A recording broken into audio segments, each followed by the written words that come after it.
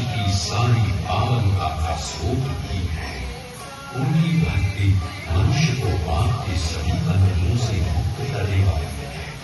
परंतु यदि मनुष्य उनकी साधना समर्पण के भाव से न कर अहंकार से करता है, तब उसे साधना का सुफल तो मिलता है, परंतु उसका यही अहंकार उसे कर्मों के कर्ता होने के अभिमान से भर देता है।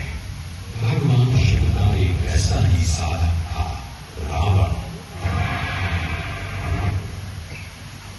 रावण को भगवान शिव की कृपा से सब कुछ प्राप्त हुआ। स्वर्ण की अभेद्य नगरी लंका, पराक्रमी संग्रामी, अपार बल और समृद्धि, परंतु 10 बार अपना शीश प्रभु के चरणों में अर्पित करने वाला महाज्ञानी रावण भी अपने अहंकार को श्री महाकाल के चरणों में अर्पित न कर सका। एक बार रावण ने सोचा कि वह अपने बल से तीनों लोगों को